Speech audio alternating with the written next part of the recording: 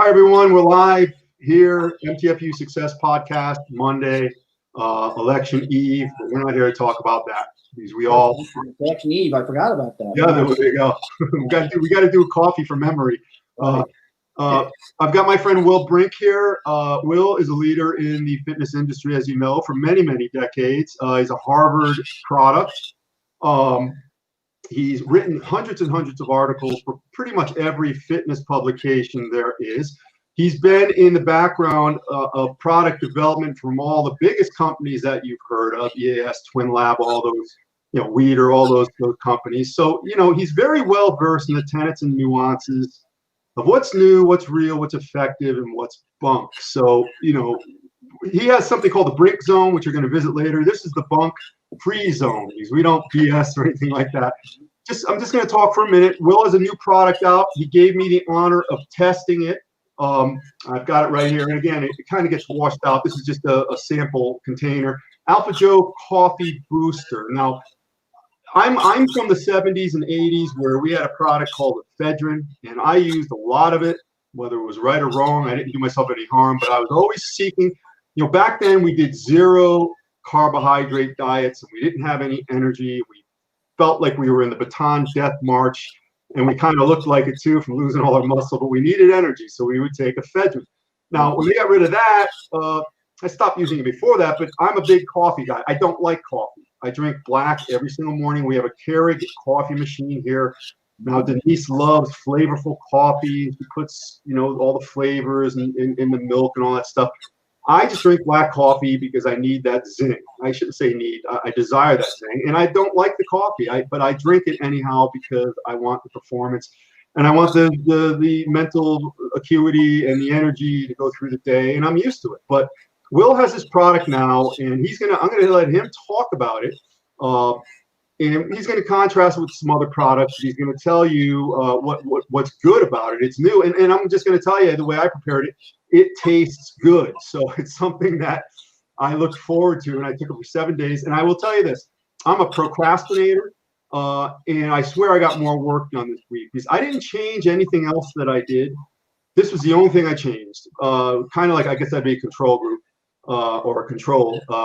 And I also I slept better because I haven't been sleeping very well lately. And I can't tell you for sure whether I went into REM sleep, but I sure as hell felt more rested when I woke up. So again, like I was saying, I don't get paid anything for this. Will did me the honor. It's an honor that he asked me to even evaluate it and use it.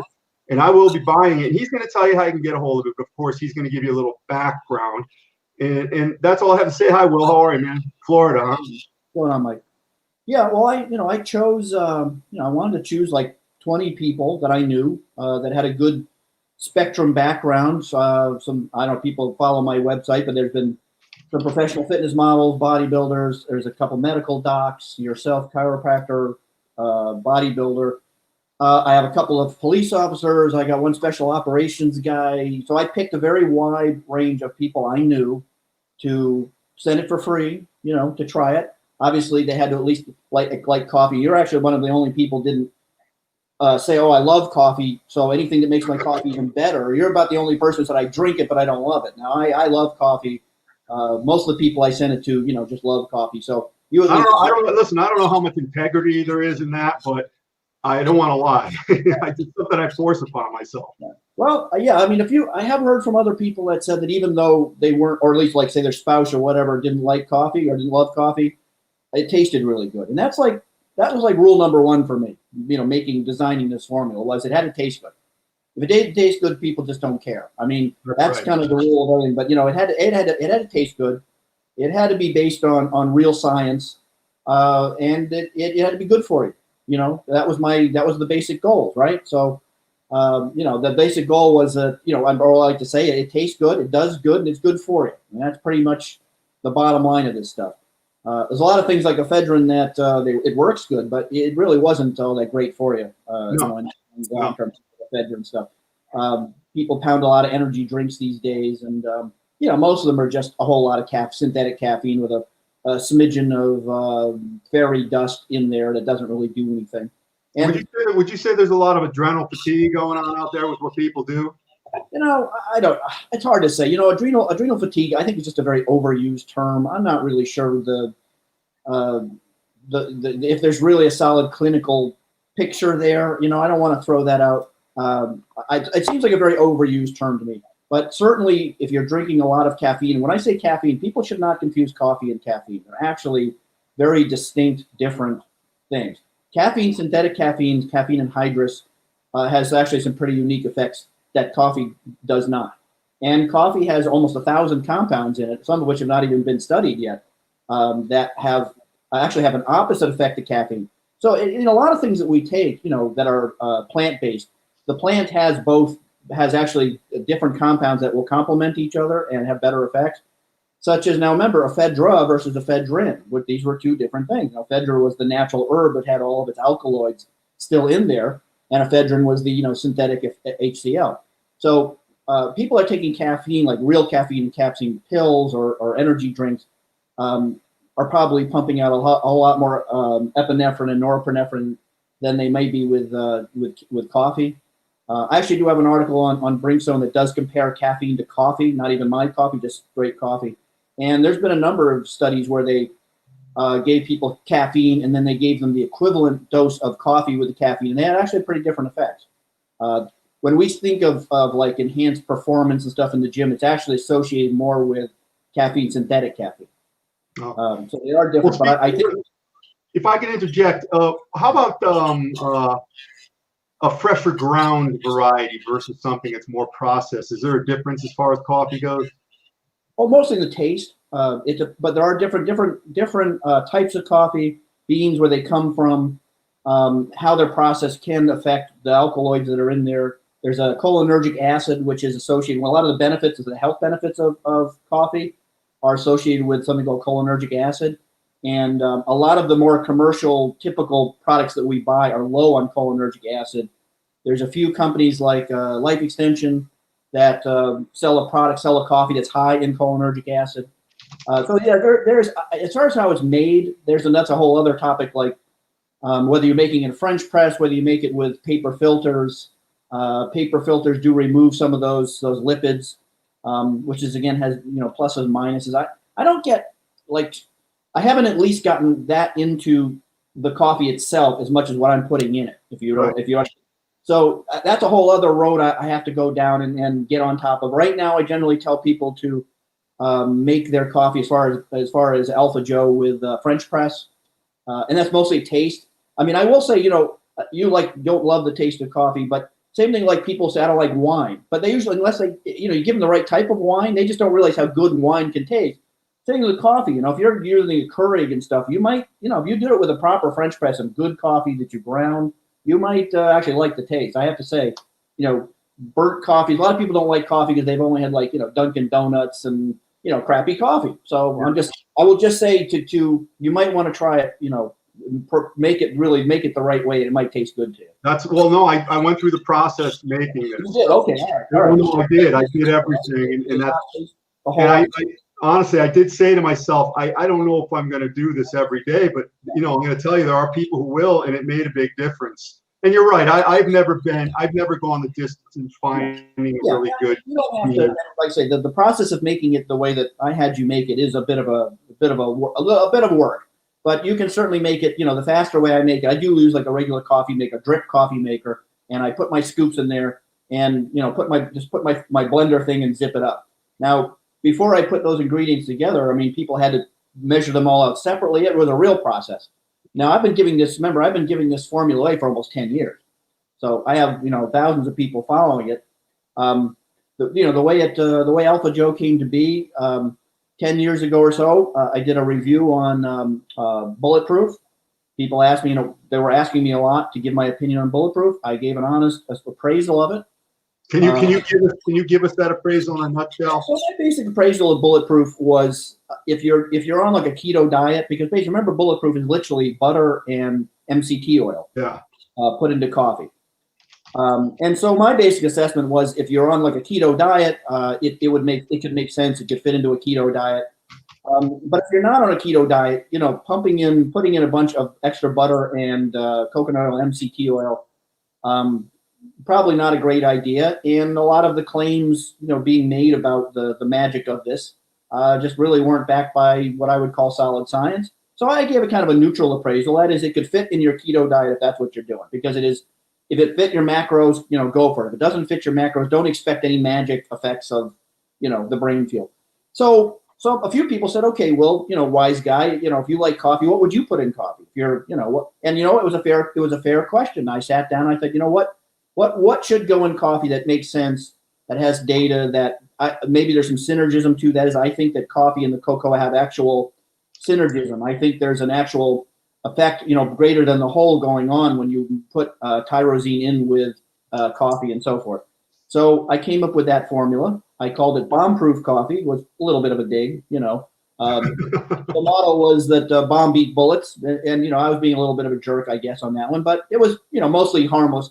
And I put the formula up called bomb-proof coffee on Brink's Own and just gave it away, and people have been using it ever since. Will, just we got some questions, a couple questions. Pete Ash, hey, hi Pete, how are you? Hey, Pete lost 100 pounds and he's kept it off. Right. He's one of those few people who will never go back, I can tell. Plus, he's wearing an MTFU shirt, so he knows he's got to represent.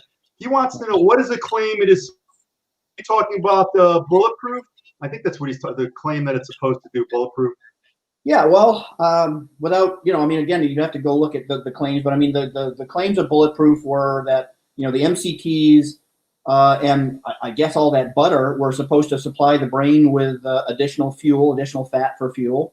Honestly, a lot of the claims, as far as I'm concerned, were not very well thought out, scientifically speaking. I'm trying to be, right, nice here, without bashing anybody. But yeah, a lot of it, like I say, if you're on a keto diet and it fits your macros, say that 3 times fast, it was okay. I felt that the claims that he made were very much about that the MCT supplied ketones to the brain. They would be formed ketones, and they would make you more alert, give you more energy, and so forth. That was basically the claims of Bulletproof. I'm not super impressed with the stuff myself. No. A lot of claims also that were made were debunked. He was on Joe Rogan. Joe Rogan was a big fan of it until he had some scientists on there who kind of ripped it apart. Will, who are you talking about now on Rogan? Our man Joe Rogan. You were watching. Yeah, but who you said somebody was on there? He had the inventor of Bulletproof on there. Joe Rogan was a big fan of Bulletproof. What's that guy's name? Dave Osprey. Okay, right, Osprey, yeah. So he had Osprey. He was actually a pretty big fan of it and was kind of buying into all the claims were being made. And then Joe had somebody, a couple of other.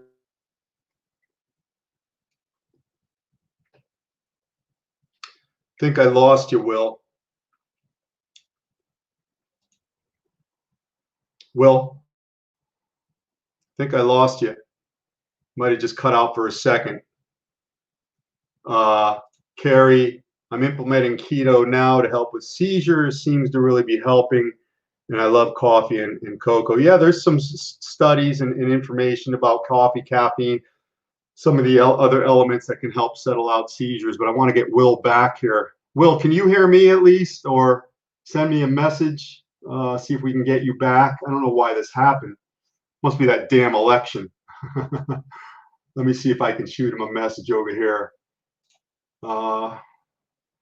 Let's see. Let me see if I can at least even try to call him. Technology, it's not your friend. Stay with me. I'll get him back. There we go. Oh, there he is. Hi, Will. I actually lost power for yeah, my power actually just went out about 30 seconds. We got some big storms rolling through Florida here. Oh, so sometimes we do. Be safe. We got a big house generator too that kicks on, but it takes about 20-30 seconds.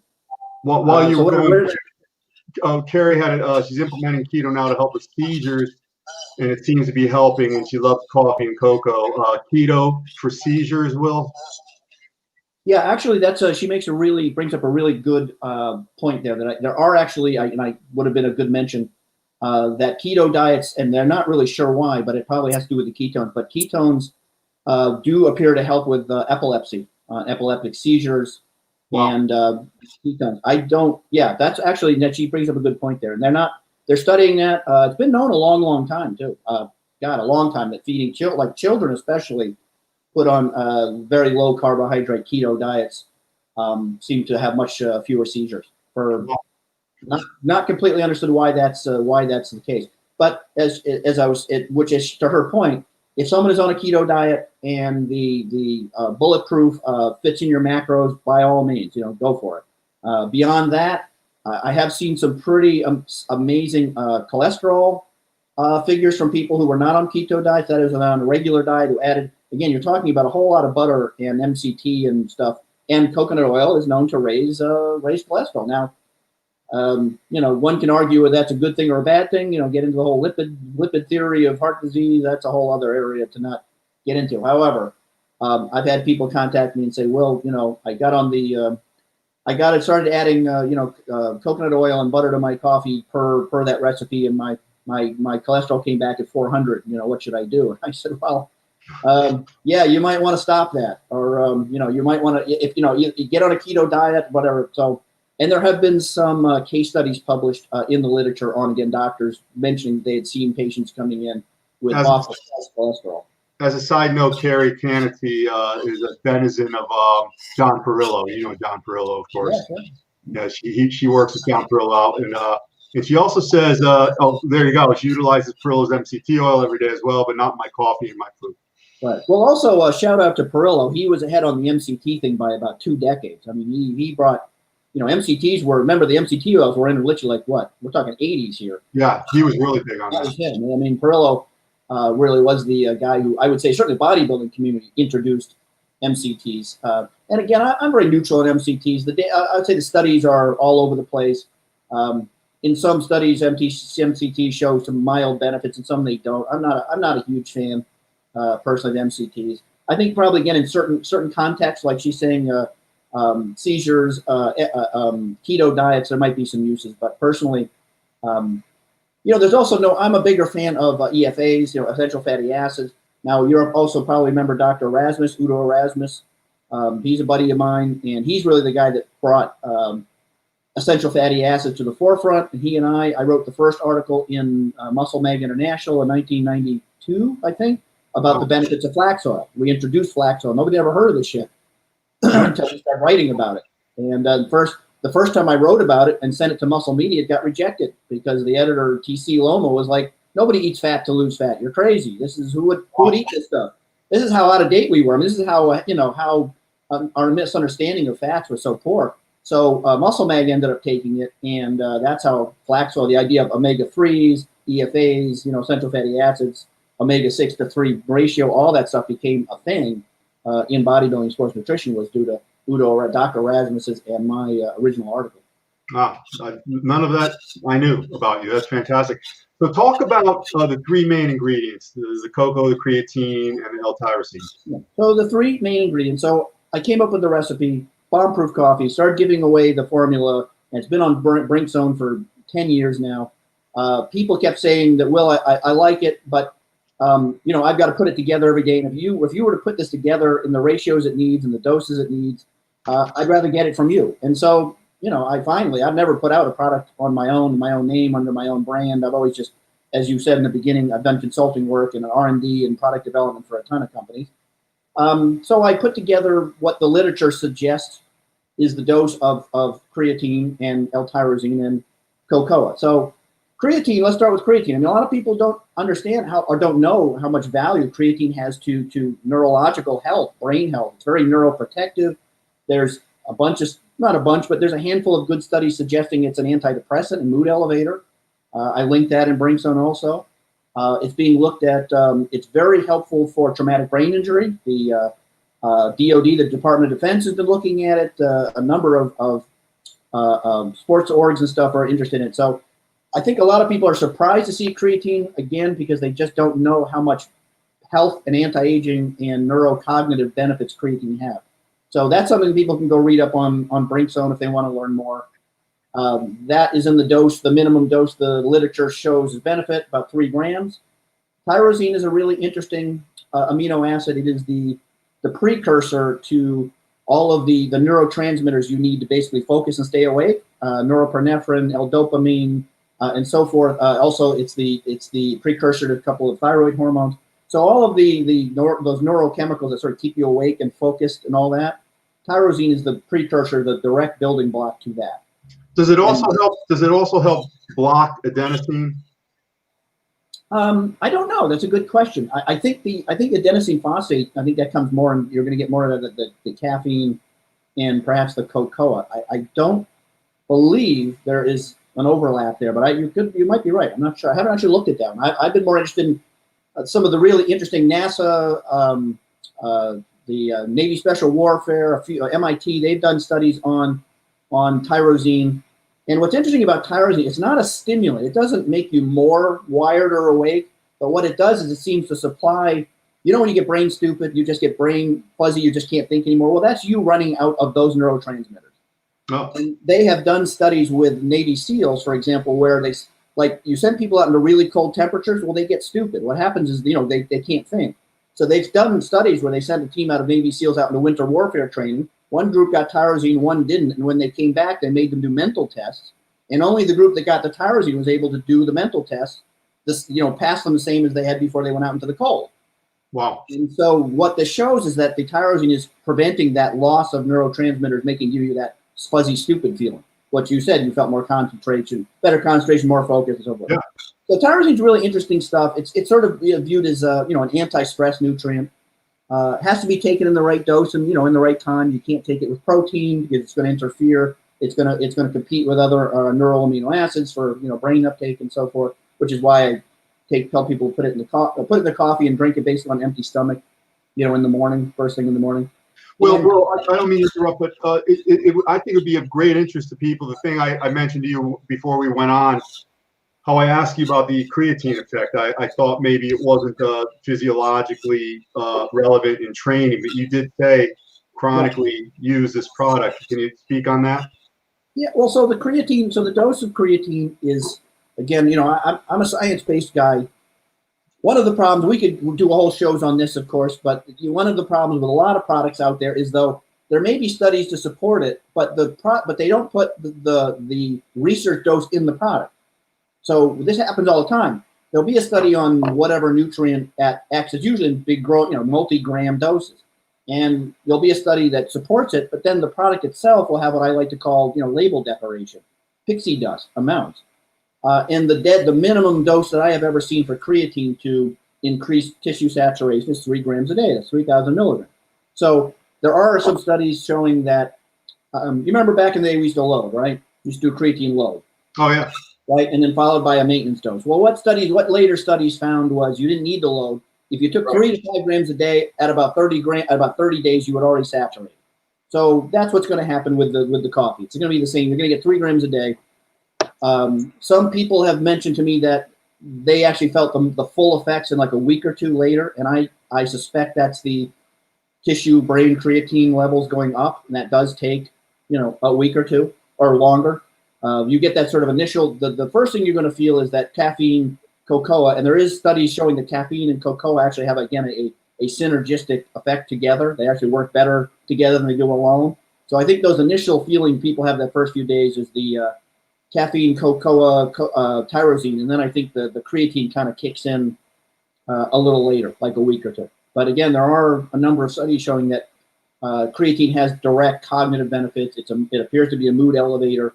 And remember, the brain is the most energy intensive organ in the body. It uses up most of your glucose. It uses up most of your ATP. And it's a very energy sensitive organ. It's very sensitive to small changes in what we call cellular energy, mitochondrial function kind of thing. So 2 scoops in a serving of coffee a day, that's 3 grams of creatine. It'll be 3 grams of creatine, 2 grams of tyrosine, and 5 grams of cocoa. So it's a 10 gram. The total serving is 10 grams. So that works. Yeah. So that's 2. What I put in the scooper that you have is 2 5. They're 5 gram scoopers. So you got to do 2. Right. The when it's actually in the package, you'll obviously have a single 10 gram scooper. So that's 5 grams. Yeah, it's not that big, and you're not taking a huge amount of stuff. And like you said earlier, some of these companies, they only have trace amounts of whatever it is. Well, they have what I call, like kitchen sink formulas. They put everything but the kitchen sink in there because they want to impress people with this long list of ingredients that look really, cool. Or confuse them. Well, confusing, but I just find that, there's sort of a race to add. So they want to have these like very complex looking a number of ingredients. And, I've been at this 30 years or so, and I would prefer to just take what I know works, has good data at the doses it's going to do something, and, put it in a formula, 3 things that'll work that I know work. Well, the other rule of this formula, because people have asked a lot of times, well, why don't you put X or why don't you put Y in it? And the number one rule, of course, it's got to taste good. You can't mess up the taste of the coffee. There's a lot of things you could put in there. For example, acetyl L-tyrosine. Instead of using L-tyrosine, you can use acetyl L-tyrosine, which is a little bit better absorbed, but it tastes horrible. So again, people say, why don't you? How come you didn't use acetyl L-tyrosine? Anything that is acetylated, the acetyl groups, that you'll taste horrible. You'll know right away you're putting acetyl anything. When you acetylate something, you can improve its absorption quite a bit. Like acetyl L-carnitine, there's a lot of it. But if you ever open up a capsule of acetyl L-carnitine and taste it, it tastes like ass. Well, when I originally talked to you, you recommended one type of oil. I ended up using Udo's, which I didn't use the other type, the coconut oil. But you said the Udo's taste better. I don't know if it tastes better. It tastes different. Udo is a friend of mine, and he's actually using it himself right now. He's going to be giving me a full assessment of his experience. But he actually did say, well, why don't you use my Udo's instead of the coconut oil, which I hadn't really thought of. But yeah, it just tastes different. I mean, again, coconut oil has a really nice flavor to it. It's very complementary with caffeine and cocoa. They're sort of an obvious flavor. But you didn't mind the taste of the Udo's. I didn't mind it. It just tasted a little nutty, but it's just a different flavor. But it is a nice way. The oil used is not the important part. It's those 3 ingredients. So the thing about using an Udo's is you're getting your essential fatty acids in there too. You're getting a healthy oil. There's some debate about how healthy coconut oil is or is not. Again, I only call for a teeny bit. We're not talking about amounts that would change your macros. We're talking like a quarter of a teaspoon. You're not taking a ton of it as a functional. We're taking it to make that little emulsion, get that foam on top of there, and have it taste good. So, but yeah, the Udo's is fine.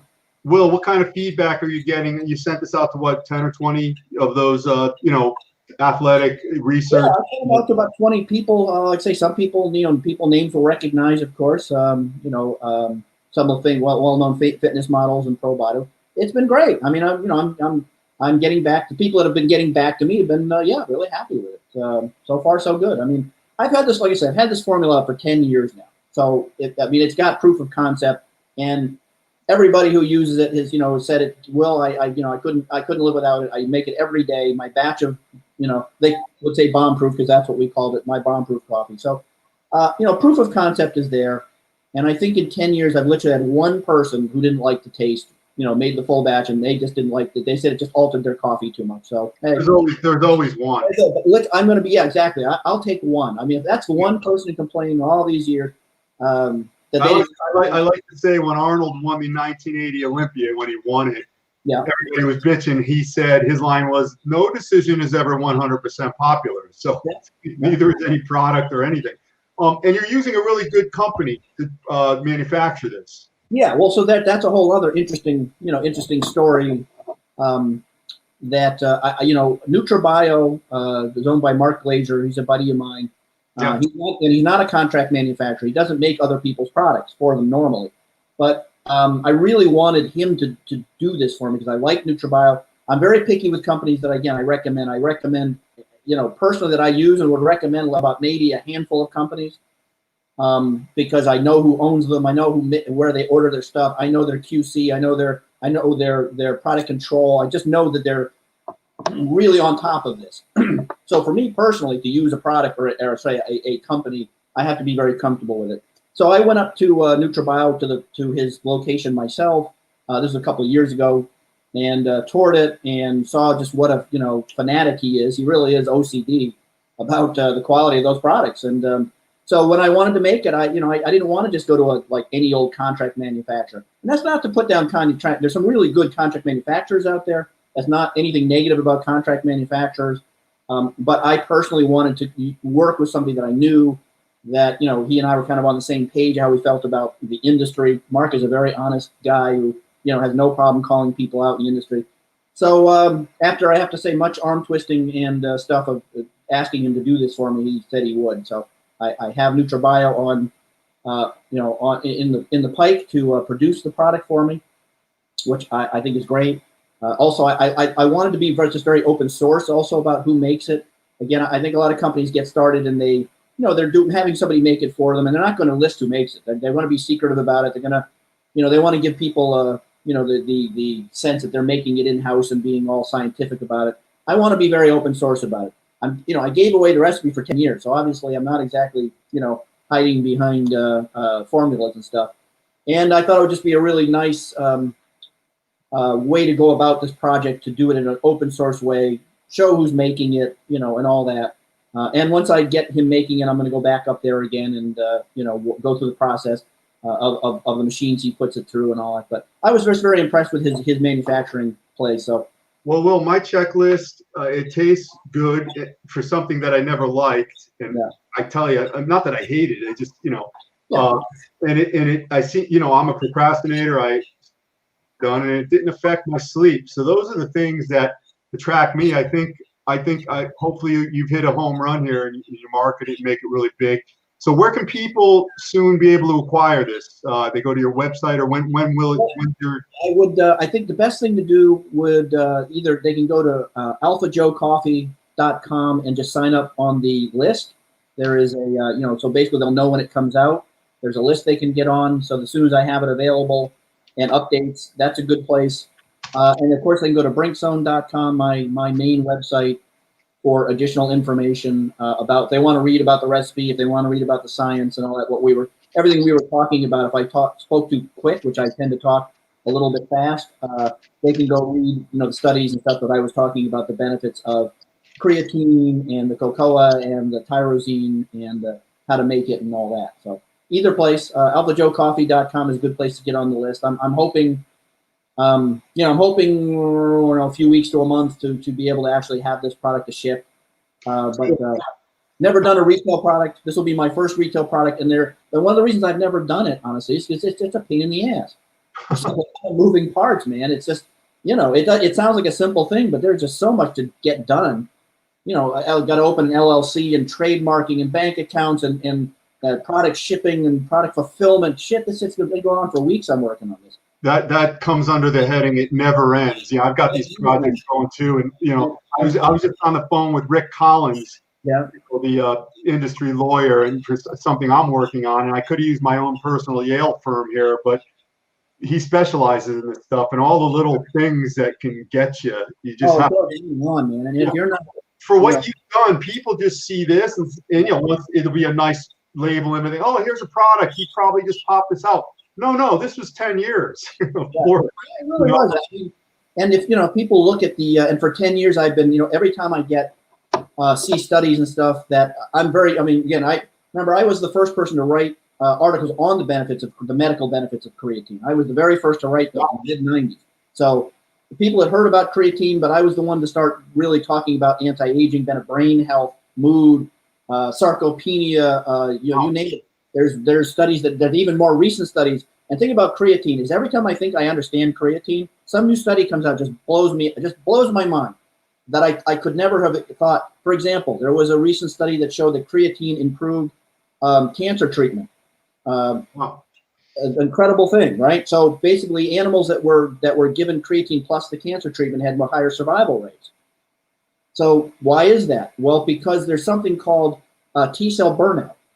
T cells, of course, those are your major immune cells, which go on to attack stuff. They just run out of creatine. They run out of energy. Your T cells they poop out. It's called T cell exhaustion. This is it's not a new term, and cancer specialists have been aware of that a long time. So by feeding these animals creatine and giving them cancer treatment, chemo, their T cells had more energy to continue to fight cancer cells. I just never would have, I never would have put those two things together. But so. Creatine is one of those things. You and I, we should do a podcast on creatine because listen, if I were only allowed to choose three, if I were only allowed to choose three supplements, especially when I used to be training hard back in the day, It'd be creatine, whey protein, and vanadilyl sulfate. Those are the ones that I really like. But creatine, top of the list all the time. If I was limited. And I like to say, the thing I like about say about creatine, however, is that if creatine is one of the few supplements that if I didn't work out at all, I would still take and recommend to people. It's got that many health benefits. There's more, as much as people understand the benefits of creatine in the gym and the muscles, there's more data and more benefits of creatine to health and anti-aging and such shit than there is in the gym. Good general health, right? That's how I feel about. That's how I feel about creatine. Same thing with whey. Remember, I was the first one to write about the benefits of whey on health, anti-cancer, immune boosting, and all that. Whey is one of the things I would take whether I worked out or not, and everybody should be taking whey for glutathione, for their immune system, so forth. Well, those are the first two on my list. What about the Vanadil that I like? Well, Vanadil, here's the thing about Vanadil. Now, Anthony Almada, who's a buddy of mine from way back, remember, and he's the one that introduced Vanadil sulfate. Yeah. I remember Vanadil really well, and I do remember getting a better pump when I used it. But it was never really shown to actually, remember, pump doesn't really equate muscle mass. Yeah. It was never shown. There's some studies they did that came out that didn't really show it did anything for actual muscle, actually gaining muscle. And the other thing about Vanadil sulfate is it did kill the rats, by the way. Remember, yeah, this is something I used to debate with him, but any of those micro minerals, right? Whether it's Vanadil sulfate, zinc, a bunch of those, they all get toxic at high doses, right? And Vanadil is a micro metal. None of those that I'm aware of, if you start to take more than you really require, do not become toxic. And Vanadil sulfate at higher doses that were not that far higher than the human doses were, toxic. So it was kind of had its peak, and then I kind of stopped using it because the studies that weren't that impressive, and I did see some tox data in animals that made me a little Well, I switched to berberine based on a friend's coaxing, my friend Lance down in Florida. What do you feel about berberine? We're off track here a little bit, but. Yeah, well, berberine's very interesting stuff. I haven't, but what I've seen with berberine is conflicting data. There's conflicting data on the benefits and the possible downsides of berberine. It does seem to act as maybe as a glucose disposal agent, or at least benefit people with glucose. As we're old, all even working out. My glucose, I don't know about yours, but my resting glucose is higher than it used to be. It's just as we get older, working out, eating well, I still have higher resting glucose than I used to. But it's not. Well, I'm gonna just at this juncture, I'm irresponsibly afraid to check my blood panels, but I will soon. Well, here you are, adjusting people and all that, telling them to take care of their health. But berberine, some people feel that berberine might be like a metformin replacement. Yes. I wouldn't personally go that far. They're working through, some different mechanisms. Berberine, from at least my perspective, is interesting, and it's still on my radar, but I haven't really come to, I'm not an early adopter of stuff. I tend to, I don't. Some people want to be ahead of the curve and cutting edge and trying. I'm not a beta tester. I'm going to tell you, that's why I have you here. Plus, you're a good guy. But I've read in the literature here and there that there are quite a few people likening that to just as effective as metformin. Yeah. People hear that and then they stop buying the prescription, and that's not good. Well, that's not good. Yeah, exactly. Hey, if you're taking, if your blood panels are happy when you make that switch and all that, that's good. We can have that talk. But a lot of people, they may stop taking metformin and start taking berberine and not even check, and not even know, is their A1C going down, or is their resting blood glucose going up?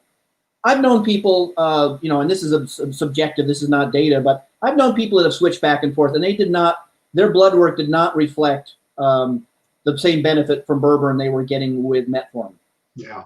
I do, and I also do know some people have had success, however, were able to lower their dose of metformin by adding some berberine. Oh. Now, metformin is pretty interesting stuff, and again, it's not bad for you. There's lots of anti-aging people taking metformin. It actually has some, very interesting anti-aging effects. Again, it's a very double-edged sword drug. I take metformin. Now, I'm not diabetic, but after about 50, I started taking metformin. And it did, and that was at the urging of people that I know in the life extension, anti-aging medical field, and because there are anti-aging benefits of metformin. But the double-edged sword, the sort of the negative part of metformin is it may not be great as far as like muscle mass and stuff. It may impede.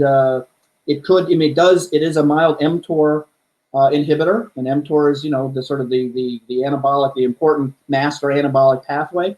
Some people have felt that, so I would say if you're a younger guy and your goal is to add muscle, you're a bodybuilder, I wouldn't take metformin. I would certainly say that, guys that are, and women that are, 45 and older, metformin at a low dose is probably a good thing to add as an anti-aging, as a general anti-aging drug. Clarity of goal is very important. Well, yeah, there you go. Yeah. I mean, some people say I wouldn't take it because it will dampen the, but having mTOR turned on all the time is probably bad. It's definitely bad for aging, and it probably increases your risk of cancer. Would that interfere with telomeres or anything like that? Well, I think I have to look. If anything, obviously, if the metformin is working, it should help lengthen telomeres. It should slow down at least the shortening of telomeres. Right. I have not looked. That's a good question to go look if there's a direct. If anybody's tested metformin on the effect of telomeres, are sort of considered that master clock or indicator of whether you're aging quickly or not. But that's a good question. Yeah, I don't know. We'll have to get you back on. But Carrie just got on the list, and her husband Scott uses berberine. They're really smart though. They're with Perillo, and they're like they're like Mr. and Miss America out there. Carrie, thanks for being here and your questions tonight. So listen, we're out of time. I've got to go and take care of some business. But we'll have Will back. He's doing really great work. I wish him great success. He doesn't need my wishes for luck or anything like that. But you did a good thing. I think I like it, and I think it's something that's going to fill a space. There's nothing like it out there. It's unique and special. Yeah, and, I see a lot of again, I do see a lot of things out there where they're adding things to coffee, but they don't make a lot of sense to me why they're being added to coffee. So again, it's like the kid who came up to me. I make it sound like it was yesterday, but I'm not really in the gym anymore. But young guy comes up to me, he goes, "Hey, Dr. Deuce, I'm taking A, B, C, D, and E."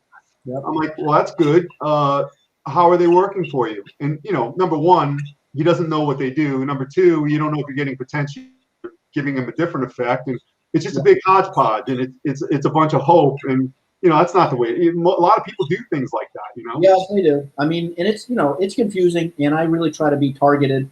And again, I'd rather have 3 ingredients at research doses with good science behind them than a hodgepodge of various things that don't make a lot of sense, that don't have a lot of data.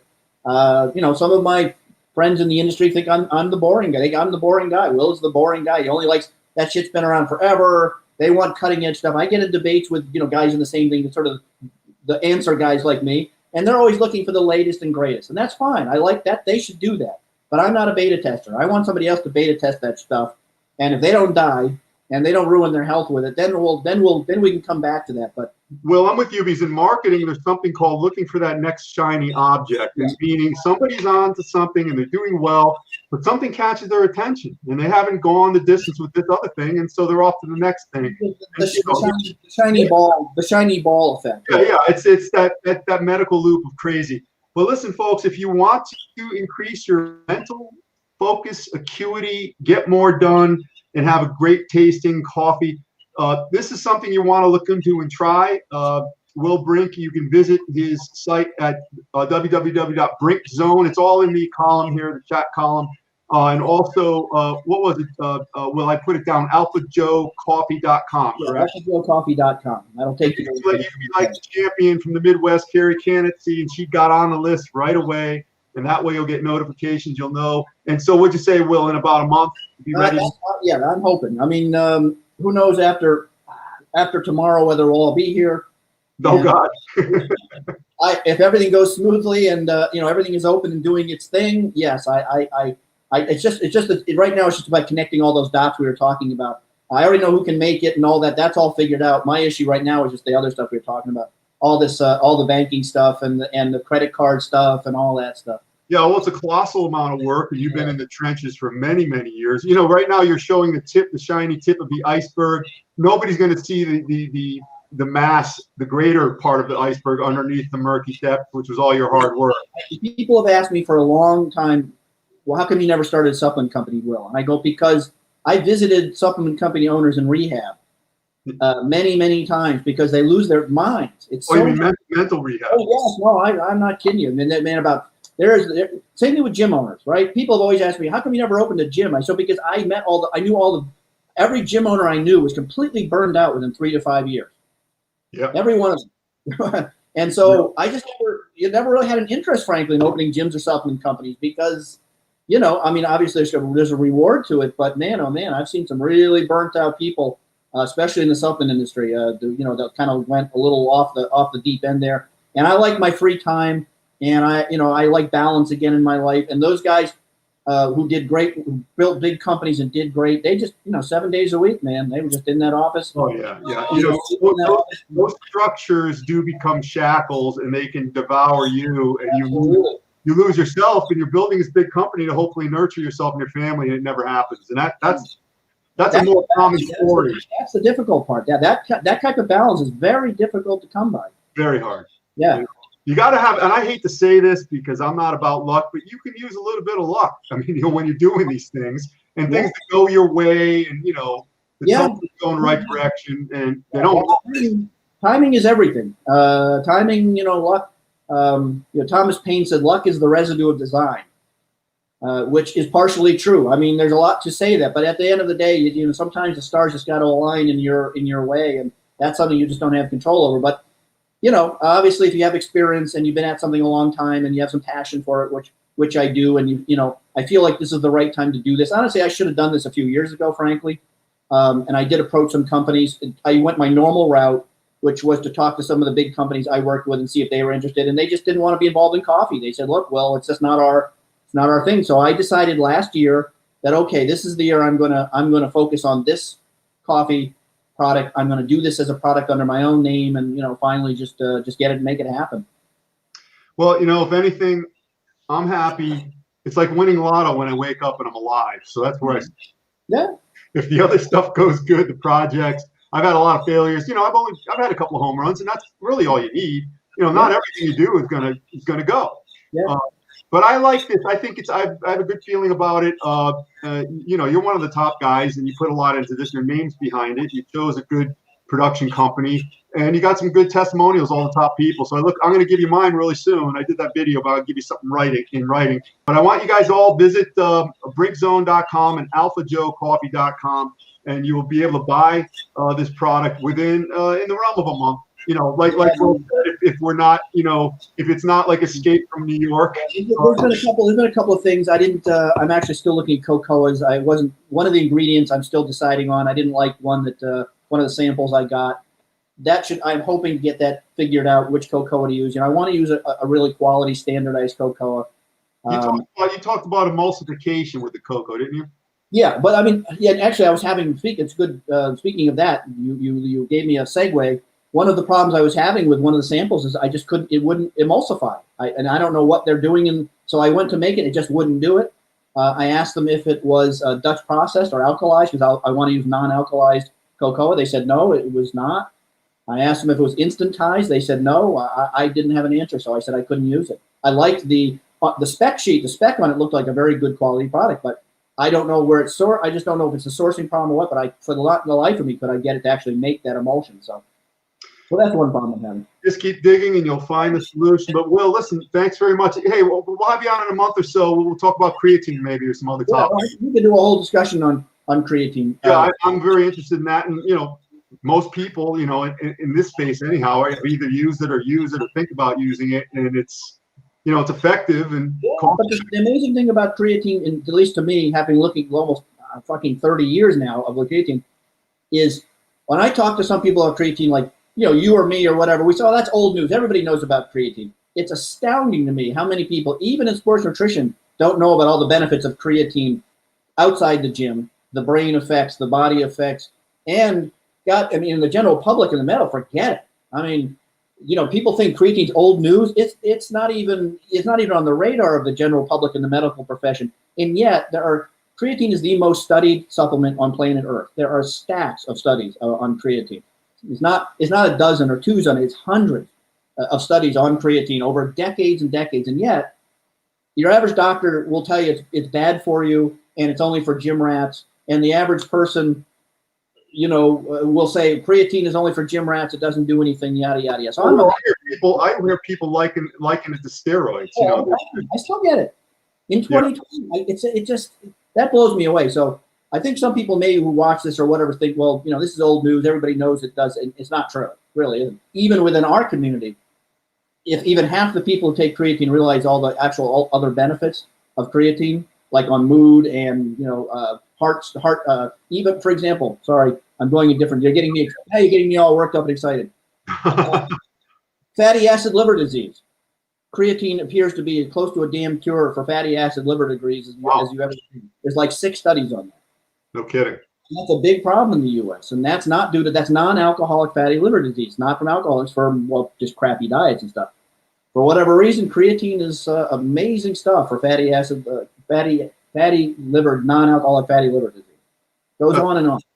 We'll definitely have you back. But by the way, our membership here is a little higher level as far as thinking and what they want to learn. So no, you'd be surprised. They want to hear that. A lot of people, old news, but most of the people here, they want to, they're more. Well, if anyone wants to go down that rabbit hole, go to Brink's Own and just type in creatine in the search box, and you'll see 10 years or 20 years worth of articles on creatine benefits, neurological benefits, possible immune benefits, which I said early in the show are relatively new discovery, but there actually may be some T-cell benefits. There's been a few studies showing some benefits of maybe in weight loss. They're not real conclusive, but they were interesting. Well, Carrie said earlier she loves to absorb knowledge. And if you, anybody else here is interested, brinkzone.com. Will's got many videos and studies and papers, and all of his information's there, and you can learn a lot, pick up a lot. Really, probably almost anything you want to learn. And Will, I want to thank you, man. And I'll get that testimonial off to you. And like you said, as long as we get through tomorrow and we're not living in caves or whatever. Yeah, as long as we're not in caves or going Mad Max in the next month, I think we'll be good. Escape from New York. What's that? Snake. Yeah, hey, I'll leave you with this. I always say, look, all will be well, and I know you think that too. Some people are overly pessimistic, but listen, if you don't think that way, why get out of bed? That's what I say. Yeah, we'll be fine. Always. Hey, Will, thanks, man. It's an honor, and I love having you on. I love learning this stuff, and there's so much. Listen, I know a little bit, I know it well, but most things I don't know, so I surround myself with smart people like you. Well, I do the same thing. I mean, I think that's half the battle of learning is knowing that you can't know everything. There's always somebody that has spent time learning something you don't know, some area. And I really try to, I do my very best to always be humble if I can, and be cognitive that I don't know everything, that there's all sorts of areas of area research, human biology, so on and so forth that I don't know. And so I think like any good manager, for example, will surround themselves with people that are better at things that they are. That's a good manager. Always. And that's why I like having on another reason, because as soon as you said that, there's a couple of guys that come to mind. They're very preeminent, and you ask them a question, they bite your head off. Yeah. I'm asking you because I don't know. Don't persecute me for, that's what you do. It's not what I do. If I don't know something or I feel like I need, I have no problem reaching out to people that have an answer, because I can only spend so much time on so much stuff.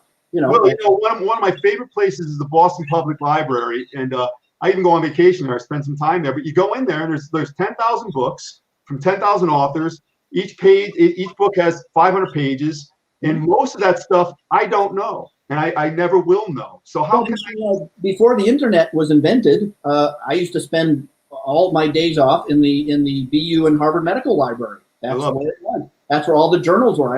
I would spend all day in there. And on like the old school, I'd go get the journal. I'd look up on the microfiche on topics that I wanted to find. And I would photocopy. I would literally photocopy from the journal and go home with stacks of photocopies to read them, because you couldn't take them out of the library with you unless you were a medical student. You had to sign them out. And I have to admit, I have to apologize to the medical students that they'd be so burnt out that they would leave their cards with the money on it in the machine. And I would find those poor bastards. And so every time I would be in the library, these poor medical students would forget that, you put a bunch of money on the card and put it in there. I would find them like all over the place, and I'd be getting free copies. I never paid for it. I'm getting after the first time now, for I think the statute of limitations legally has gone past. But anyway, I would take home, every time I went to the library, I would take home 50 to 100 studies that I had copied out of the journals. It took me all day long to find, and I would go home and read them. Well, and that's what I did. That's why you're a wealth of information, and information is always changing, and there's new information, and things are being refuted. So you've got to stay on the tip. And that's why, again, I like to surround myself with guys like you. We've got Jeffrey Kelly here. He's very interesting. He's a film producer, and he's produced a couple of films. I know one is up for an award this week, but we'll have him on. He'll talk about that. He's from the bodybuilding. Documentaries or short films? Well, one's it's called The Pugilist. It's a short movie, and it's done very well. It's you know, he did it on his own. He raised money. He's got a crew and all that. But it rings the bell, actually. It does ring the bell. yeah, he's done a couple of documentaries, a couple of books, and he's a cool guy. He's from the bodybuilding world, you know, and so I like people who do other things and go outside the arena. You know, if you're still flexing and that's all you got when you're 60, I mean, you kind of.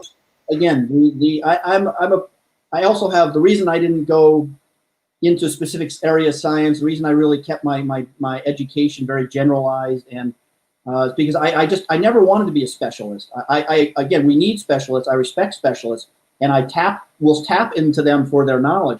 But I've always been interested in having a very broad knowledge of things.